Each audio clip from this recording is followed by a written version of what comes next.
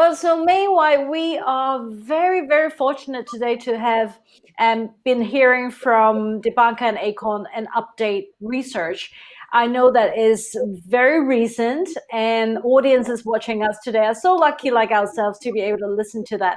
So, if we would briefly wrap up our learnings from the evening, that would be a good conclusion to the show. Would you like to begin first? Yeah, but I think before that, we wanted to thank everybody for the questions. And Absolutely. We've got a as lot we of posted questions on the today. LinkedIn this morning, we continue to answer the questions after the event. And even to sometimes, have to do face to face. So don't worry, your questions will be answered.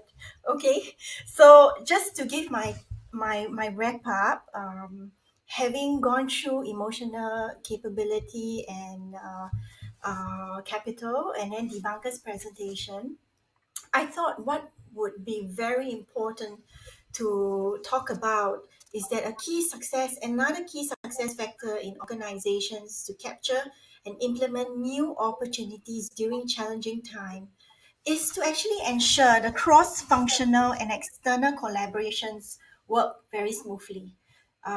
Firstly, what we see that as organizations grow more sizable, what you see, and I'm sure you are familiar with, we have functions that become silos, right?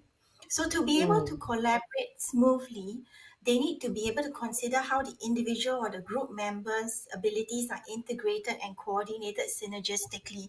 Otherwise, no matter what opportunities you have, you're not going to be able to coordinate to implement that change. Secondly, to take a step back, um, enhanced collaboration, what's actually happening now is companies are actually restructuring in a way that makes them more agile and adaptable. Now, in mm, simple terms, what that means is it should be moving towards less bureaucracy to speed up remote decision making processes, in some case almost structure around like a startup to ensure that new business ideas can be incubated and move and launch very quickly. And obviously, as per my discussion just now on organizations, um, to achieve that collaboration, the leaders will need to create the safe, honest, psychological space for the teams to voice their views at timely moments before new opportunities or businesses can be brought to be launched. And this really helps in even the M&A processes where there are views that need to be raised about a decision that, say, a CEO wants to buy a company. If you don't raise it in a timely manner, it will be too late. So mm. openness to share both good and bad news is critical in implementing change when we want to capture new business opportunities. How about you, Laura? Thank you. What are your key takeouts? Well, I would share a short story which some of you may have heard before. You know how Christopher Columbus discovered the Indies, right? And after he discovered the new lands, his countrymen threw a feast for him.